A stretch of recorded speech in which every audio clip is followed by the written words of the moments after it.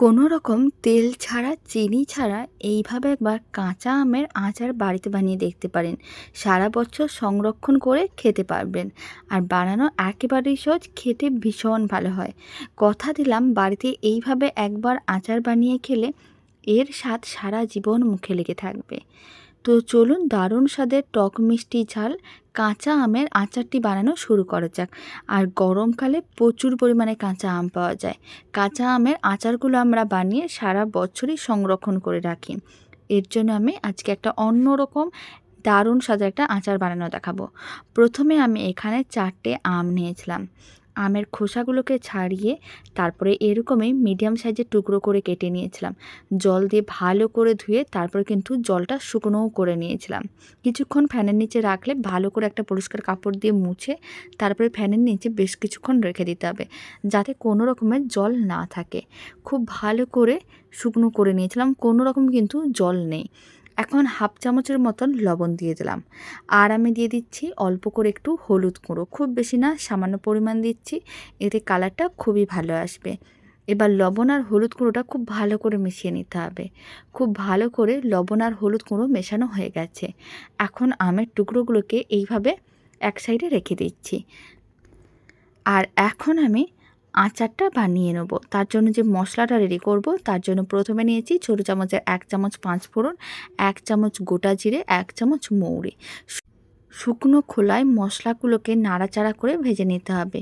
ফ্লেমটা মিডিয়ামে করে দিয়েছি। আর মশলাগুলোকে 2 থেকে 3 মিনিটের মতন নাড়াচাড়া করে নিলেই খুব সুন্দর হয়ে লালচে হয়ে ভাজা হয়ে আসবে আর খুব সুন্দর একটা সেন্ট বেরোনো শুরু করে দেবে।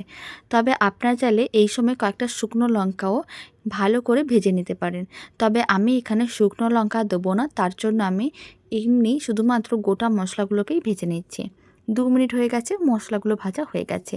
এখন একটা প্লেটে করে নামিয়ে ঠান্ডা করে নিতে হবে। ঠান্ডা করে নেওয়ার পরে মিক্সির জারের মধ্যে মশলাগুলোকে নিতে হবে আর খুব ভালো করে গুঁড়ো করে নিতে হবে। তাহলেই কিন্তু আচারের মশলাটা রেডি হয়ে যাবে। আর অন্য কোনো মশলা দেওয়ার দরকার নেই।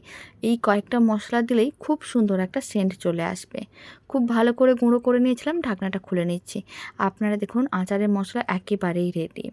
এই মশলাটা বাড়িতে যে কোনো আচার বানানোর সময় দিয়ে দেখবেন, খেতে অনেক বেশি ভালো লাগবে। যেহেতু আমি চিনি ব্যবহার করব না, তার জন্য এখানে নিচ্ছি 1.5 কাপের মতন গুড়ের পাউডার।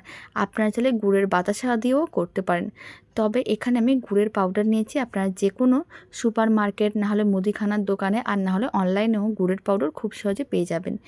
1.5 কাপ গুড়ের পাউডার নিয়েছিলাম, তাই আমি এখানে দিয়ে দিচ্ছি 1 কাপের মতন জল। খুব ভালো করে মিশিয়ে নিতে হবে। আর গুড় পাউডারগুলোকে মিশিয়ে নেওয়ার পরে কিছুক্ষণ অপেক্ষা করতে হবে, যাতে খুব ভালো করে গুড় পাউডারগুলো মেল্ট হয়ে যায়। তার জন্য এইভাবেই নাড়াচাড়া করতে হবে আর খুব ভালো করে মিশিয়ে নিতে হবে। খুব ভালো করে মিশিয়ে নিয়েছিলাম। আপনারা দেখুন গুড়ের যে শিরাটা, সেটা কিন্তু ফুটে উঠেছে। এইভাবে 4 থেকে 5 মিনিট মিডিয়াম ফ্লেমে মিশ্রণটাকে ভালো করে ফুটিয়ে নিতে হবে। খুব ভালো করে ফুটিয়ে নিলে মিশ্রণটা একটু ঘন হয়ে যাবে, তাহলে আমের টুকরোগুলো খুব ভালো করে সেদ্ধ হবে। এখন প্রায় 4-5 মিনিট হয়ে গেছে, ফ্লেমটা মিডিয়ামে করে দিলাম। সমস্ত লবণ হলুদ মাখানো আমের টুকরোগুলো গুড়ের শিরার মধ্যে দিয়ে দিতে হবে। খুব ভালো করে একসঙ্গে মিশিয়ে নিতে হবে। এখন এইভাবে প্রায় 30-35 মিনিট রান্না করতে হবে। ফ্লেমটা মিডিয়াম টু লোতে করে দিতে হবে, যাতে সমস্ত কিছু মানে আমের টুকরোগুলো গুড়ের শিরার মধ্যে ভালো করে রান্না হয়। আর এই সময় কালারের জন্য আর ঝালের জন্য আমি দিয়ে দিচ্ছি শুকনো লঙ্কার গুঁড়ো, হাফ চামচের মতন দিয়ে দিলাম। আর যে মশলাটা রেডি করে রেখেছিলাম আচারের মশলাটা, সেখান থেকেও কিছুটা পরিমাণ আমি মশলা দিয়ে দিলাম, 1 চামচের মতন দিয়েছিলাম। খুব ভালো করে একসঙ্গে মিশিয়ে নিতে হবে। আর খুব ভালো করে মিশিয়ে নেওয়ার পরে তারপরেই কিন্তু এইভাবে 35 মিনিটের মতন মিডিয়াম টু লো ফ্লেমে রান্না করতে হবে। এতে কি হবে, আমের যে টুকরোগুলো দেখছেন এগুলোর কিন্তু কালার একেবারেই চেঞ্জ হয়ে যাবে। তার মানে বুঝে নিতে হবে আচার রেডি হয়ে আসছে। এই সময় 2টো তেজপাতা দিয়ে দিলাম, ফ্লেভারটা ভালো আসবে। আর 5টার মতন এলাচ ভেঙে দিয়েছি, এতে ফ্লেভারটা খুবই ভালো আসবে।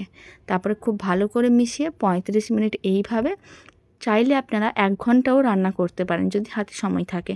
তাহলে ফ্লেমটা লোতে রেখে 1 ঘন্টা এইভাবে রেখে দিতে হবে। যত টাইম নিয়ে আচারটা রেডি করা যাবে, খেতে তত বেশি ভালো হবে আর দেখতেও ঠিক ততটাই ভালো হবে। এখন আমি মিডিয়াম টু লো ফ্লেমে এইভাবে 35 মিনিটের মতন রান্না করে নিচ্ছি, তারপরে দেখাচ্ছি। 35 মিনিট পরেই আপনারা দেখতে পাবেন আমের টুকরোগুলোর কালারটা একেবারেই চেঞ্জ হয়ে যাবে। তার মানে বুঝে নিতে হবে খুব ভালো করে গুড়ের শিরার মধ্যে আমের টুকরোগুলো রান্না হচ্ছে। আর মাঝে মাঝে একটু নাড়াচাড়া করে রাখতে হবে, তাহলেই খুব ভালো করে সমস্ত কিছু মিশে যাবে আর মশলাগুলো আমের মধ্যে ভালো করে চলে যাবে। 35 মিনিট হয়ে গেছে, ফ্লেমটা মিডিয়াম টু লোতেই ছিল। আপনারা দেখুন আমের টুকরোগুলোর কালারটা কিন্তু একেবারেই চেঞ্জ হয়ে গেছে। তার মানে বুঝে নিতে হবে খুব ভালো করে মিষ্টি মশলা সমস্ত কিছুই চলে গেছে। এইভাবে একবার আচারের রেসিপিটা বাড়িতে বানিয়ে দেখতে পারেন, খেতে এতটাই ভালো হয় বারবার বানাতে মন চাইবে। এখন ফ্লেমটা অফ করে দিতে হবে।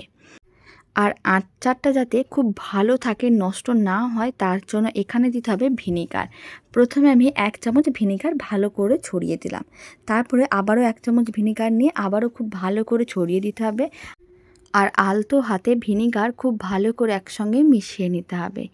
এইভাবেই কিন্তু খুব ভালো করে মিশিয়ে নিলেই আর ঠান্ডা করে নিতে হবে।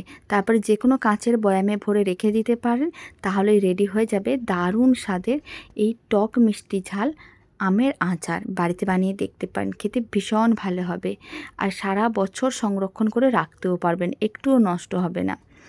এবার যে কোনো একটা কাঁচের বয়ামকে ভালো করে জল দিয়ে পরিষ্কার করে ভালো করে মুছে নিতে হবে, রোদে শুকনো করে। তারপরেই কিন্তু আচারটাকে পুরোপুরি ঠান্ডা করে বয়ামের মধ্যে রেখে দিতে পারেন, 1 বছর ভালো থাকবে।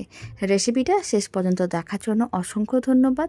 ভালো লেগে থাকলে আপনারা যদি ফেসবুক থেকে রেসিপিটা দেখছেন, পেজটিকে ফলো করে নেওয়ার অনুরোধ রইল। ইউটিউব থেকে দেখলে চ্যানেলটি সাবস্ক্রাইব করে নেওয়ার অনুরোধ রইল। পাশে থাকা বেল আইকনটি প্রেস করে নেবেন নতুন রেসিপির আপডেট সবার আগে পাওয়ার জন্য।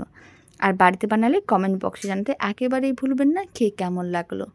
তো চলুন ভিডিওটা আমি এখানে শেষ করছি। আপনারা সবাই ভালো থাকবেন, সুস্থ থাকবেন। আপনাদের সঙ্গে আবার নতুন রেসিপি নিয়ে দেখা হচ্ছে।